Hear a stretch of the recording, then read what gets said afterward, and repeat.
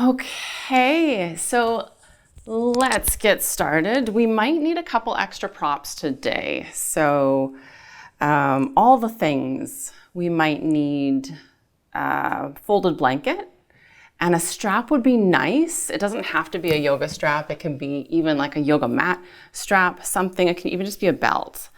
And if you don't have that, that's okay too. It's a nice to have, not a need to have. A couple blocks might be nice as well. Again, not a need to have, but a nice to have.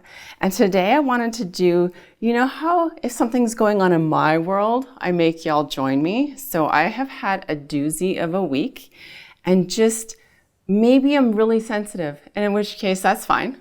But I feel like now that it's the weekend, I feel like I want to just kind of go like this and just sort of keep going and then just sort of stay there. So today, encouraging the body to open. So not even so much back bending. That I feel like would be too much for Carla today. So encouraging opening as opposed to we're going to do big heart opening. It'll be an encouraging of opening. So it's also really good for those who work at a desk, long hours, that kind of thing. Just a really emotionally comfortable yoga class today. So I'm actually really excited.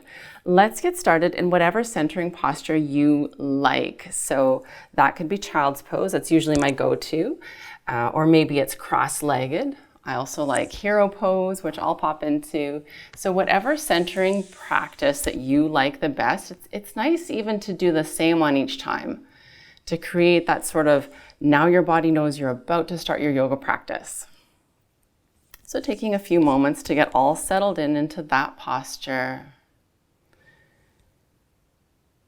And then our focus today being on, there's so many ways to word that. Being kind to yourself, compassion for yourself. Of course, we always want to be compassionate towards other people, but I think especially those who are drawn to yoga, we spend a lot of time helping others, which is fantastic. I love that about my world. But this is a chance to really take self-care. And so when we're centering, bringing the focus towards that. So checking in, make sure everything feels okay, joints, muscles, thinking of the shoulders and the neck. And just becoming present. And I like to even let myself know this is my time for my practice today.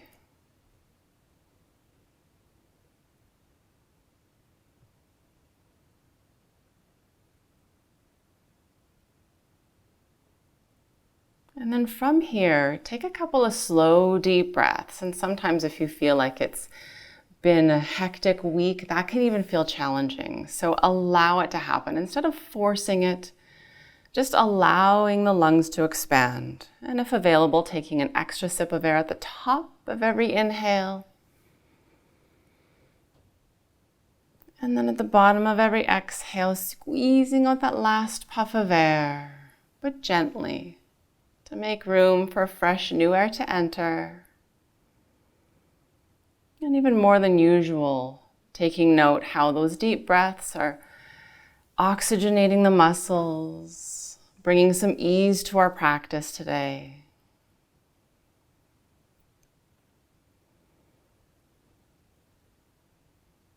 Wherever you're at, last deep breath here. In with the good, out with the bad.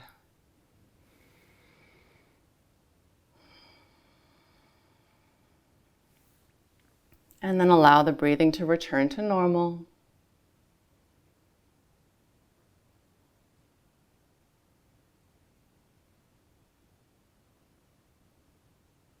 And just holding steady for a few moments, allowing all that extra oxygen to circulate.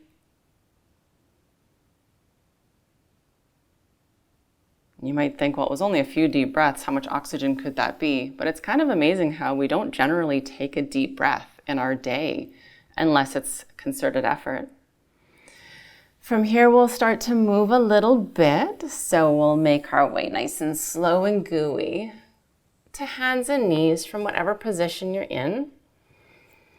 And then from here, hanging out in hands and knees for a few moments, So let's do a few circles. This is actually impromptu, was not part of my yoga plan today, but this just feels nice. So let's do it. Let's go with whatever organically feels nice today. Let's do a few circles. I really like this one. This is sort of a new favorite of mine. So we shift the weight forward a bit, not too much, because that is a wrist stretch. We move to the side and then we move back. So that weight goes to the heels of the hands and then we move to the left.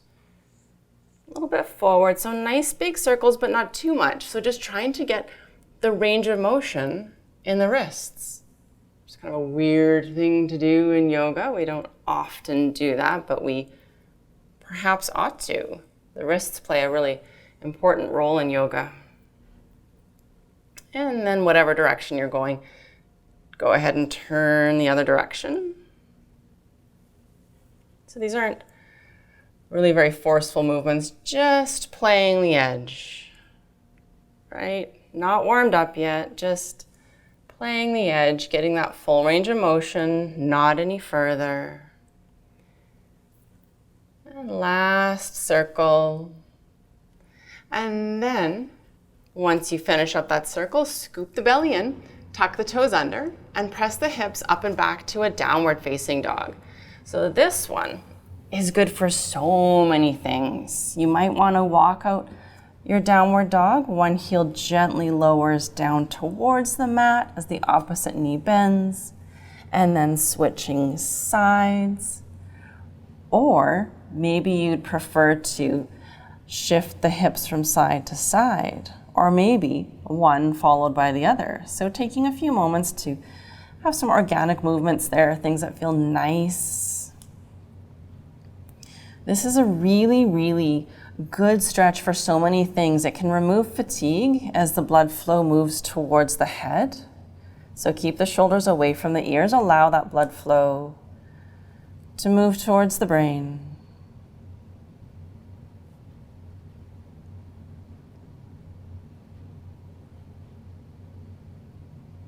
And of course, relieve stiffness in the backs of the legs in all three sort of areas. I like to think of the backs of the legs in three sections. There's the Achilles tendons, and then there's the calves, and then there's the hamstrings, so upper leg, lower leg, and then where it connects to the ankle. And then also finding some stillness in your downward dog, then take a gentle bend to the knees, and then draw the heart towards the feet. So encouraging the shoulders to open just a little bit. Feel the stretch in the shoulders.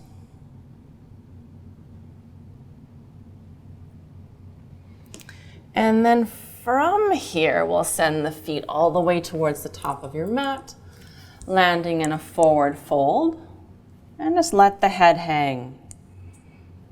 Maybe if it feels right for you. I like stillness here. Some people like a gentle yes motion and a gentle no motion. I like just that stillness, whatever feels right for you. If you are doing movement, just gentle movements.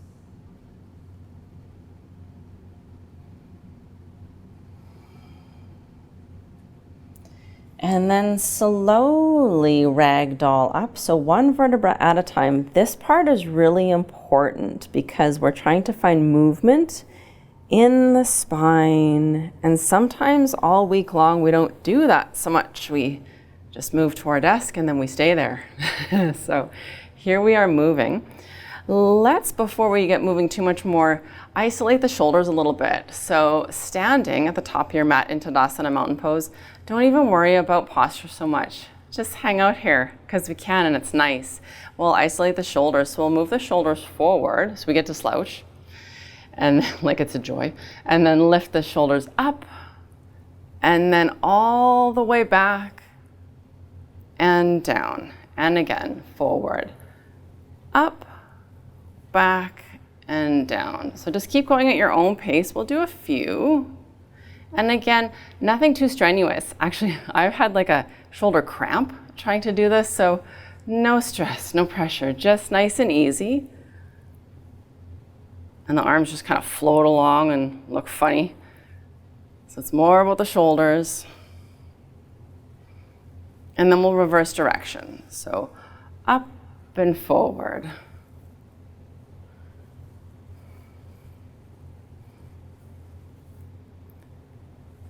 And relax, shaking it out.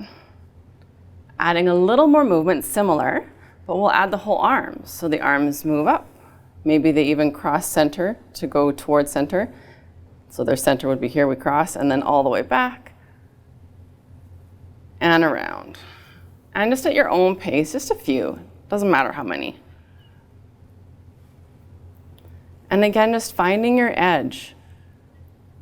So not pushing anything, but allowing.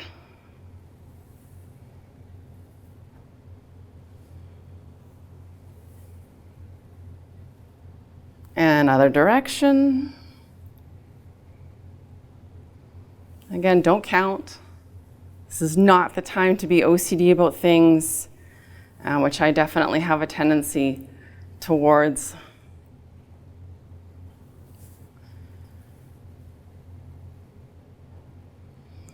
And relax. Okay, come on up to the top of your mat.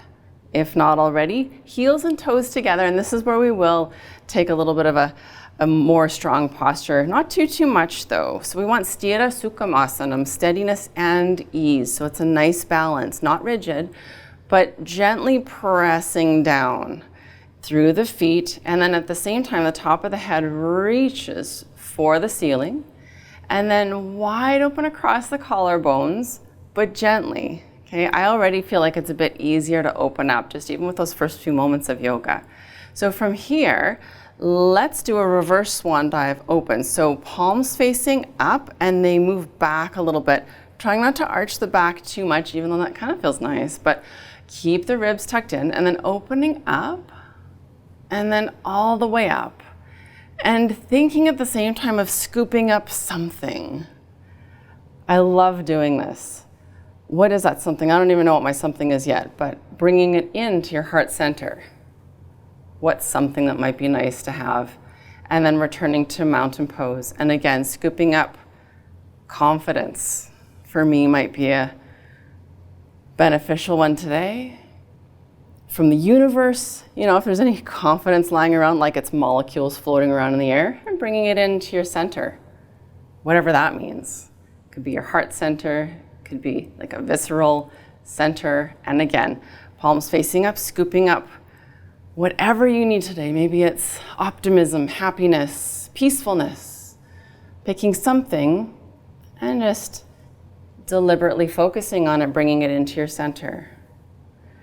And back to mountain again, palms facing up and open, be open to receiving whatever that is that you need. Scooping it up and bringing it in. One more, synchronizing the breathing. Inhale all the way up. And exhale, bringing it in. And then we'll carry on to a forward fold. So nice and slow, reaching for those toes. So feeling a nice stretch. This feels foreign if you haven't done yoga in a few days and you've been sitting at a desk. So take a moment. Let that length happen through the backs of the legs. On an inhale, looking up to the horizon. On the exhale, release. From here, we'll head into a low lunge. So bend the knees. If you want a cushion, I do. I'm going to actually pause for a second. Lay down my knee cushion. And then we'll step the left foot back. So we'll be doing a right-sided. Oh, I didn't target my. So we're going to clumsily send that foot back. Pretend that was graceful, okay, guys? And then lower the back knee and come on up to Anjaneyasana, low lunge pose. So allow the hips to melt down, allowing gravity to help. Couple deep breaths here. On every exhale, exhale, which sounds oversimplified, but that's the name of the game. That's what yoga is really about, minimalizing everything. We make things so complicated. But allowing yourself to exhale. When we feel that constant drip of adrenaline, it feels like I just need to exhale and relax. When we feel safe, we feel like we can exhale. So lowering, sinking, melting. And then we'll float the hands down. And from here, we'll step it up and back to downward facing dog. maybe walking it out.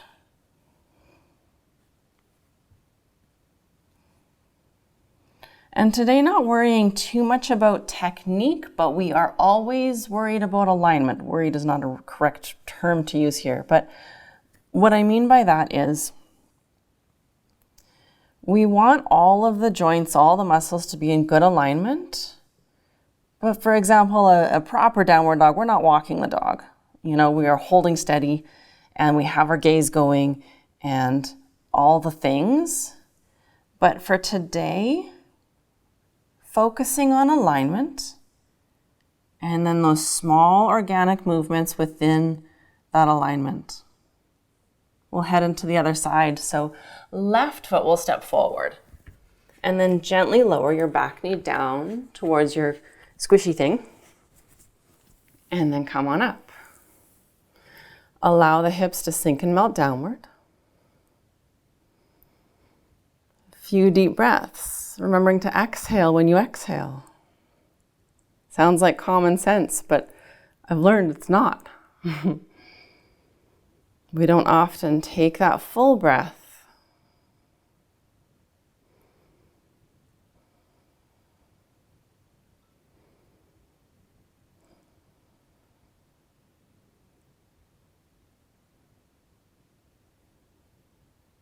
And then we'll float the hands down.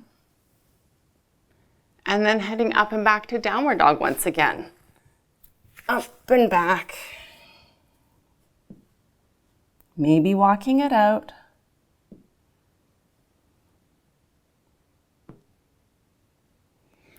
And then from here, gently lower through hands and knees.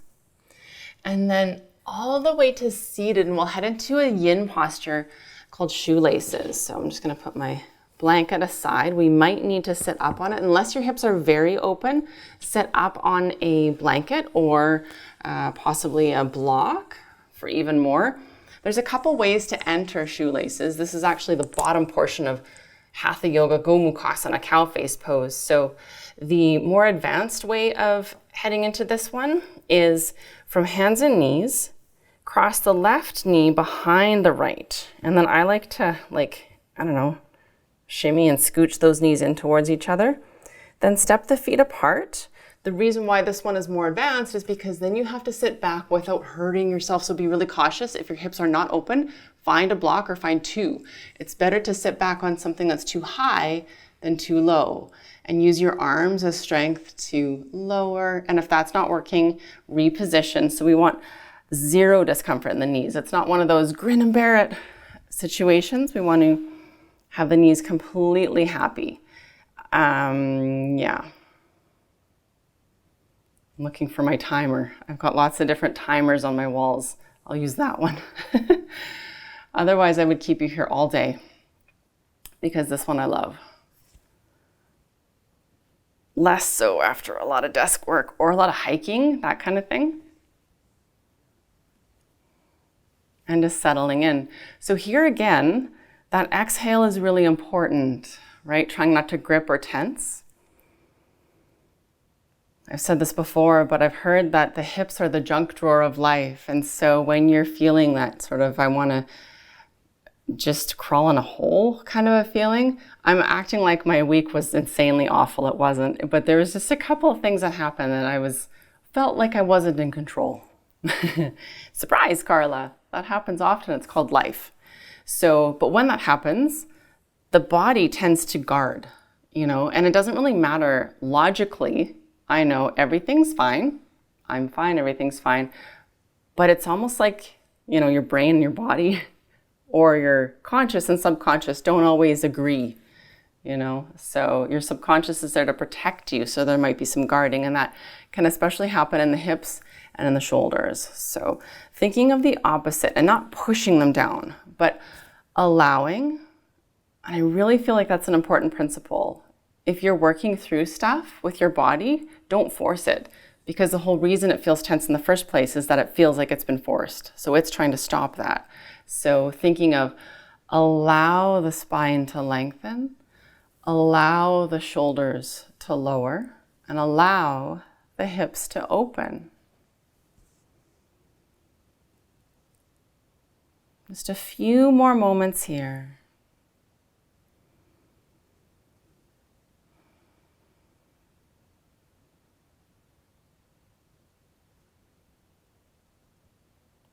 And then here again, just allowing the breathing to happen. If you feel like full deep breaths are really helpful, throw a couple of those in here.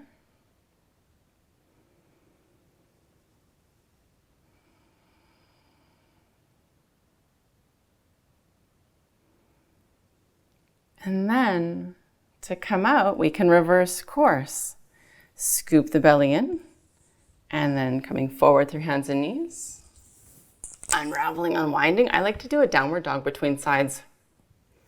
And you know what I just realized? I'm like, so there's the more advanced way of getting into it, and I never even told you about the easier way. Whoops. Let's do that way for the second side. Or you can certainly do this first variation. So for the easier variation, you come all the way to seated. And so we will want the left leg on top.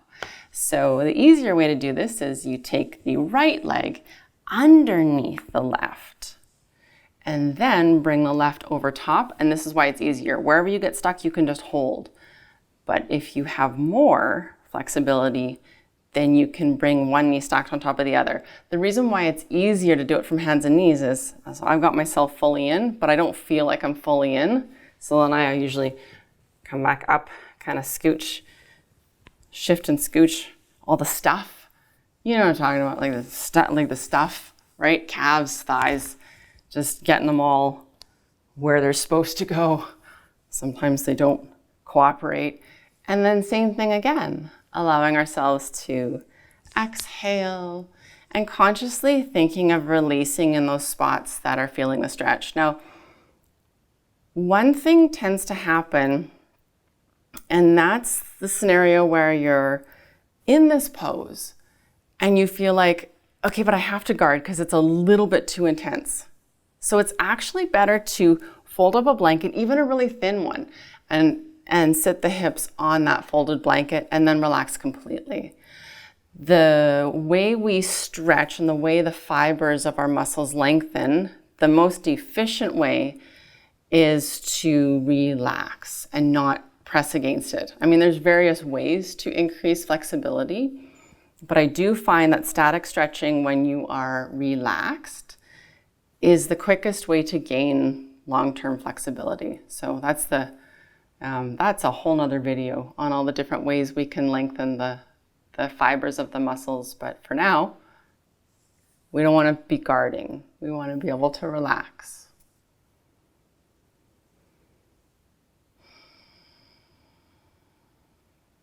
Maybe a couple deep breaths here.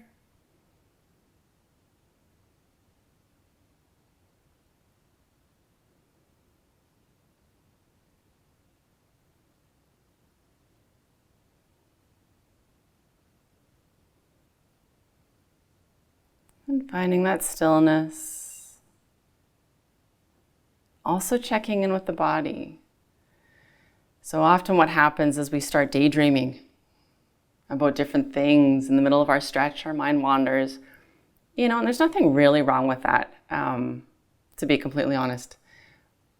But it's healthier and safer to keep your focus on your body and on your mat, because what can happen is if you are a really, actually I don't know why. I think for myself, it might be because I'm really busy oftentimes, and so I'm trying to multitask. I'm like, well, I'm gonna plan dinner, or let's be honest, I don't cook. I'm gonna plan my day while I'm doing my yoga.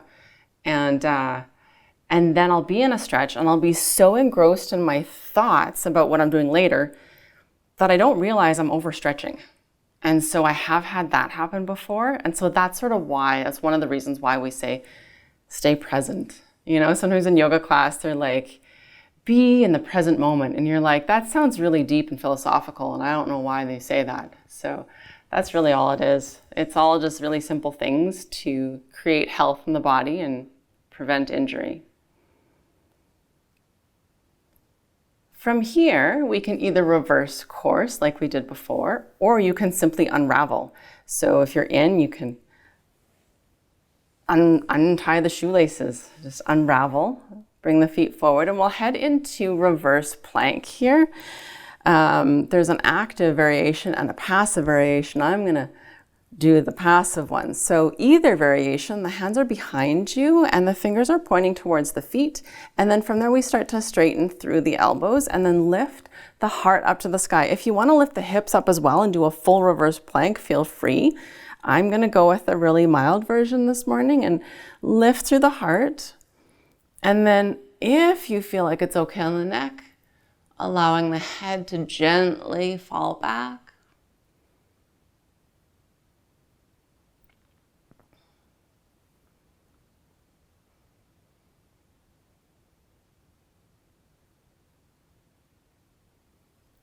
And then slowly come on up. And then from here, we'll head into half hero. I really, really like this one. So from here, we'll take the left leg and bend it beside you. So it's kind of like a W sit, but the foot is pointed. So pointed like a ballerina is important because if you flex the foot, then all of a sudden your lower leg starts to rotate in the knee socket. And we don't want that for the stretch. We want to keep the femur parallel with the lower part. So the upper leg bone is parallel to the lower leg bone. And don't worry about the stuff, just let it squish. Okay, so everything is square. And then if this is too much with the foot right beside the hip, you can lean away from that bent leg. And you can even move the bent leg, extend it a little bit away from you. What we're aiming to do here is stretch 3 things all at once. One is the ankle, and for some of us, it might be the only thing you can feel. A little bit of the knee, no pain, just a little bit of a stretch you might feel, and hopefully in here, so the quads, and that's where you get, if you lean backwards, you might feel it more. I like to actually bend the other knee, and it helps me feel that stretch a little bit more. So this is one way to stretch the quadriceps. It's an awfully convoluted way to stretch the quadriceps, actually, but I really like it. And it's one of those sort of trial and error, choose your own adventure, to try and, as best as you can, get an equal stretch with the ankle and the quad and the knee. For most of us, it's not going to be equal. It's going to be one part will feel the stretch more than the others, and that's okay too. It just means like, oh, I guess my quadriceps are tighter than everything else, or oh, I guess my ankle is tighter than everything else. So wherever you're feeling the stretch, it's where it needs it the most.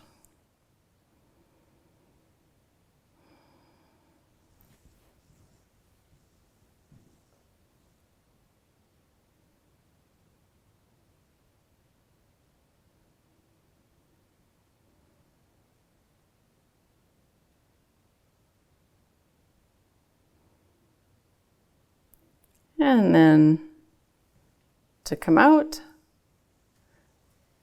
come on out. Extending the legs forward. Maybe a couple little knee taps. And then we'll switch sides. So right leg. And then again, trying to find that space where you're feeling an equal stretch among all 3. And if that doesn't happen, that's okay too. Just best as you can. Maybe bending that other leg, that for me, it increases the stretch. So that's why I do the bend leg. And it also helps me not fall over. But if that's too much, of course, don't do that.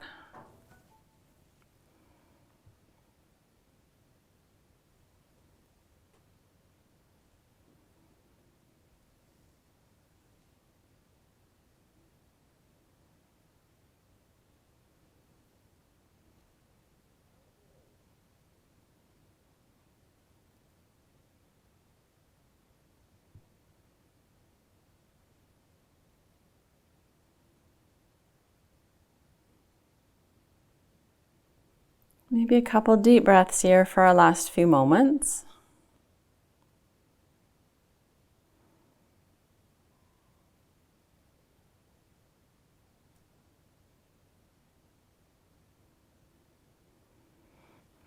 And then slowly come on out. Couple little knee taps. And then from here, heading into a few stretches that I really, really like. They feel really nice. So cross-legged, which we call Sukhasana in yoga. And then my favorite stretch of all time, interlace the fingers behind your back and then straighten through the elbows as much as they'll allow you. And then a couple deep breaths.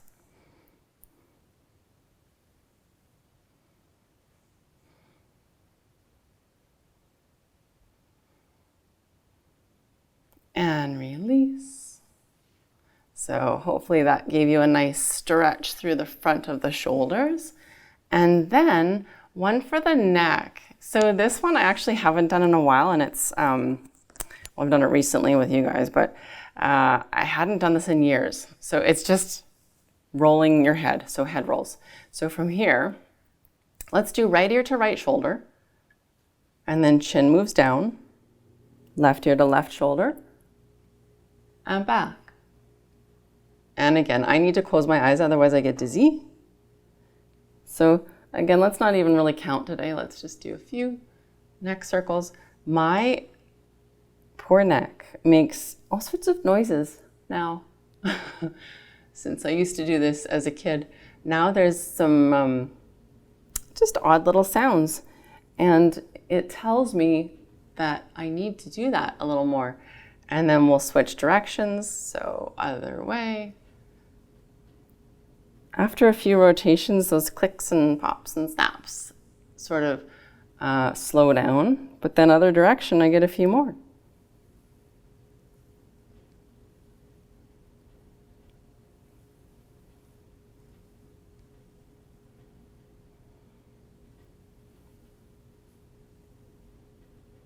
And then float the head to center.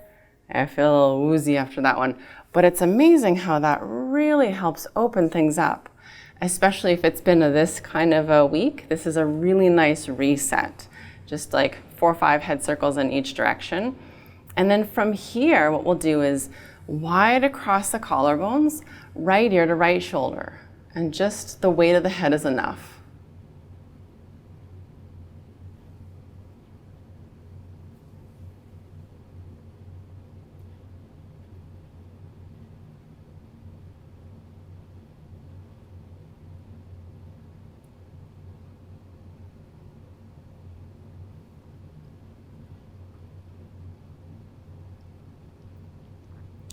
And float the head to neutral, and other side, so left ear to left shoulder, but still wide across the collarbones.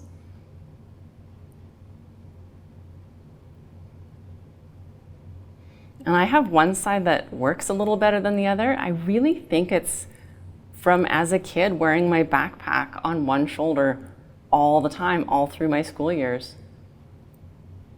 I feel like that's a thing.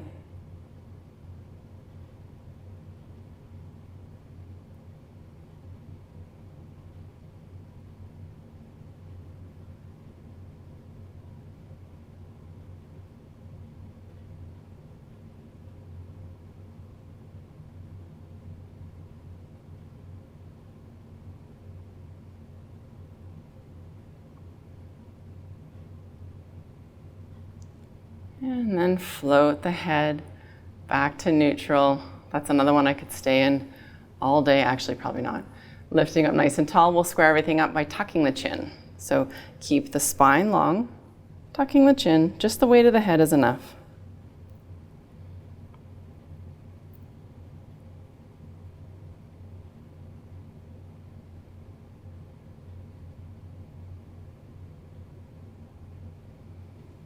And float the head back to neutral. From here, one of my least favorite stretches, but I feel amazing afterwards, so I'm going to encourage my body to enjoy this today. It's also part of cow face pose, Gomukhasana. Right arm goes up and sending it back, but we do one arm at a time.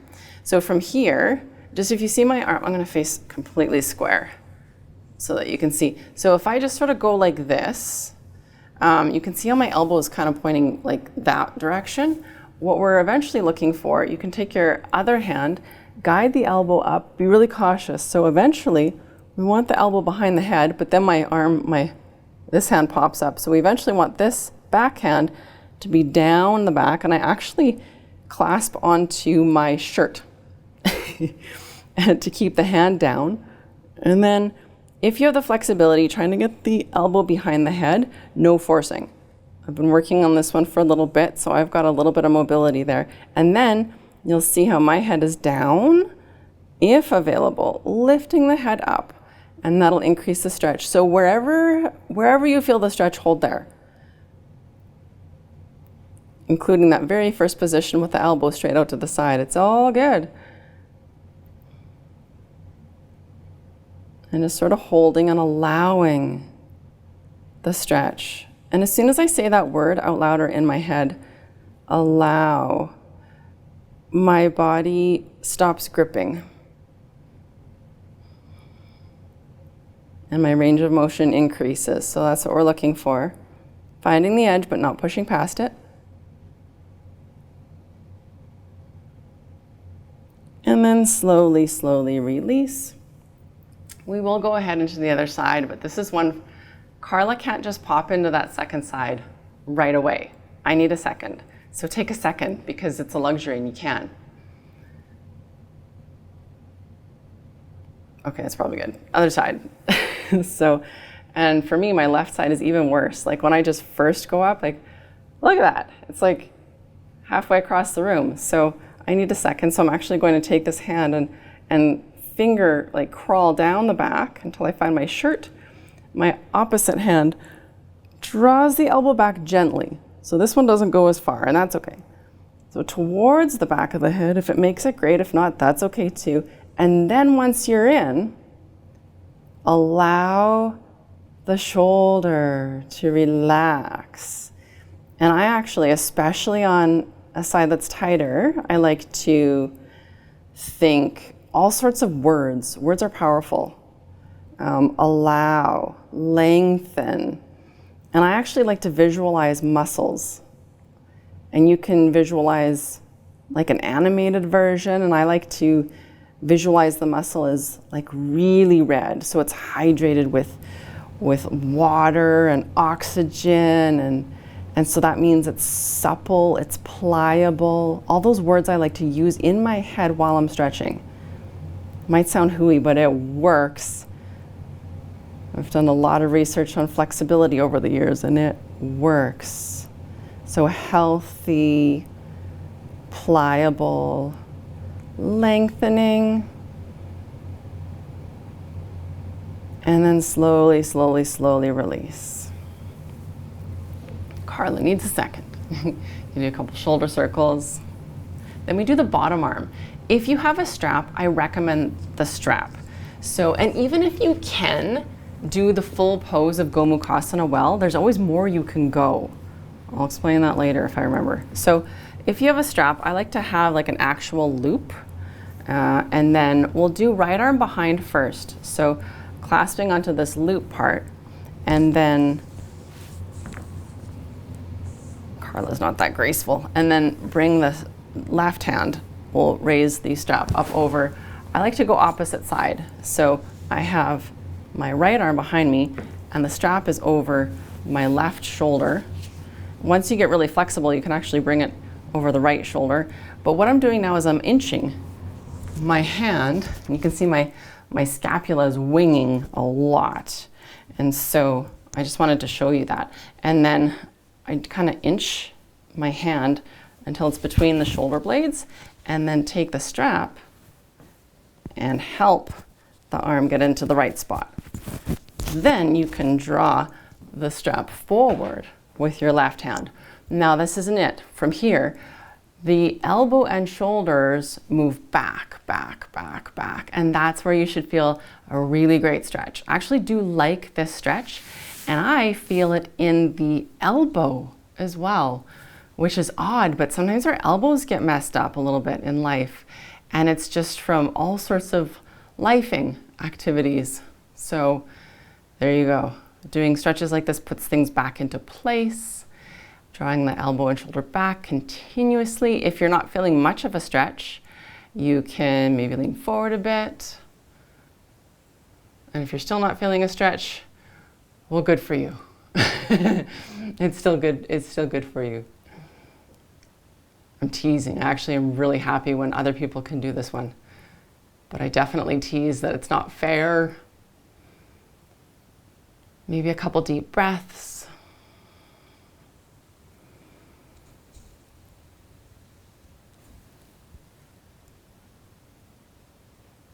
And then slowly, slowly release. And then take your time to the other side. I'm moving as quickly as I can. But my shoulders, wow.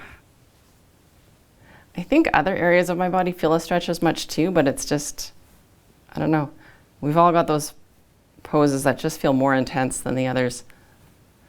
Okay, so again, just trying to walk that hand up. And I like to, you can sort of see me maneuvering little organic movements to try and get my arm into place. Once you're there, the shoulders and elbows draw back, back, back, back. So it's like the back of the hand is pressing into the space between the shoulder blades.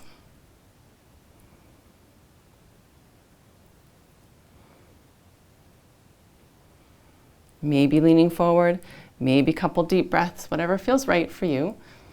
But the most important thing is to draw the shoulder and elbow back. At the beginning of the class, we talked about, don't worry too much about technique. Like, this isn't a yoga pose. This is part of a yoga pose. We're doing a conditioning or a stretching exercise, but alignment is important. So the upper arm bone must be in a healthy alignment and correct anatomical alignment when we do this stretch. Otherwise, we're going backwards with progress.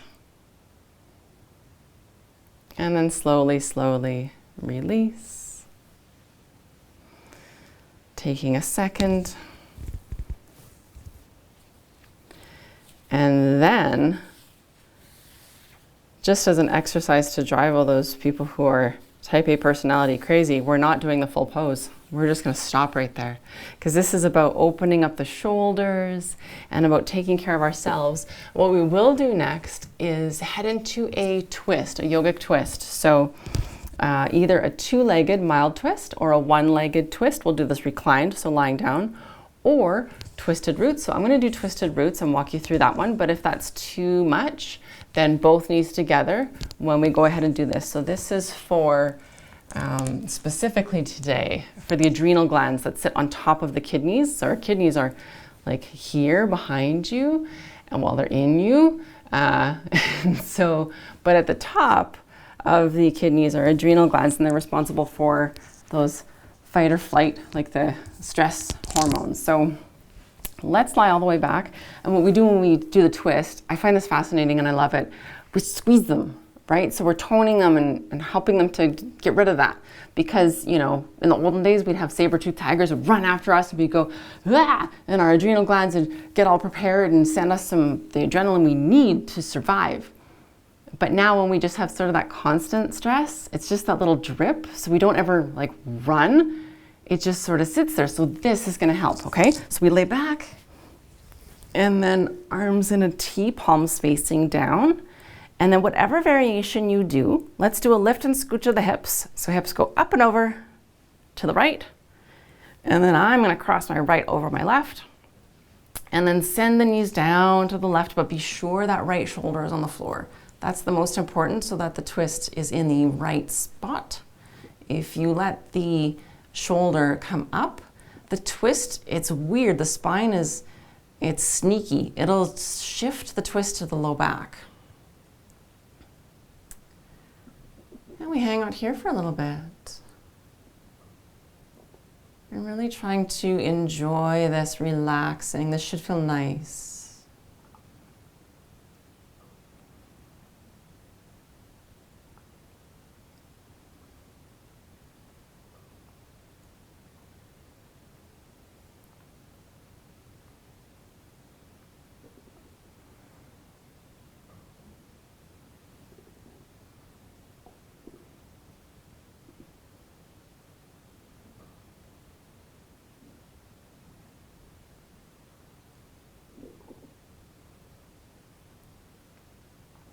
And then scoop the belly in, press the low back into the floor, unravel, unwind, and then just hug both knees in once you've squared everything up. Little rock side to side.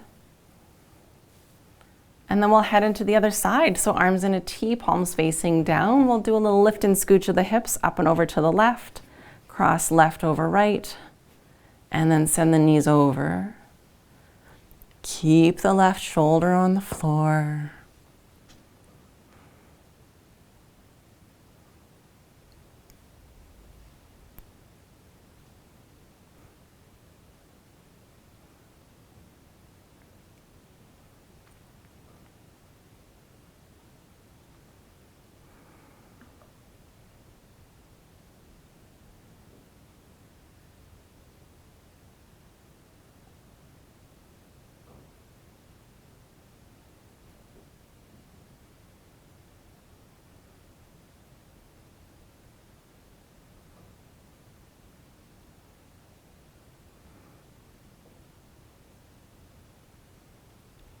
And then scoop the belly in, press the low back into the floor, square everything up, and then give your knees a big squeeze, nice hug to release the back after that lovely twist. It's like a little massage on your back when you rock back and forth. And then we'll prepare for Shavasana, final resting pose. So if your back needs a bit of support today, feel free to keep the knees bent with the feet on the floor, but bring the feet outward and let the knees tip in towards each other if you're doing this variation. And if everything's all good, feel free to extend the legs out and a little bit separated. Arms along your sides, palms facing up. I like to do a little tuck under of the shoulder blades. And then close the eyes. Final resting pose. And this is actually one of the most important poses of yoga. And we do it well by relaxing completely, especially through the neck and the shoulders, and all the way down the arms. Letting the fingers softly curl.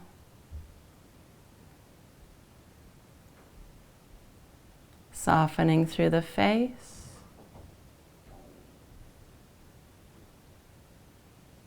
Softening around the eyes.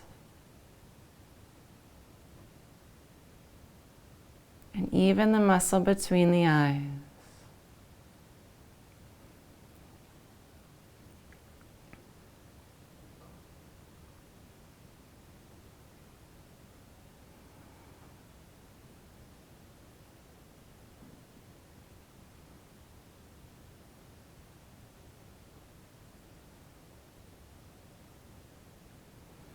And starting to come back, wiggle the fingers and the toes.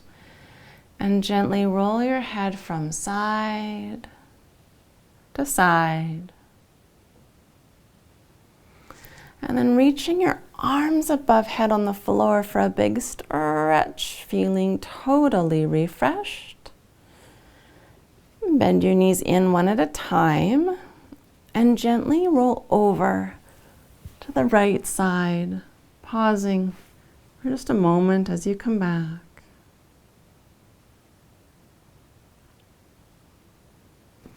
And then slowly start to press yourself all the way up to a comfortable seated position, taking all the time you need. But when you arrive, palms facing up on the knees, inhale, sitting up tall, and exhale, softly close the eyes. And taking those final moments to thank yourself for showing up to your practice today and taking care of you.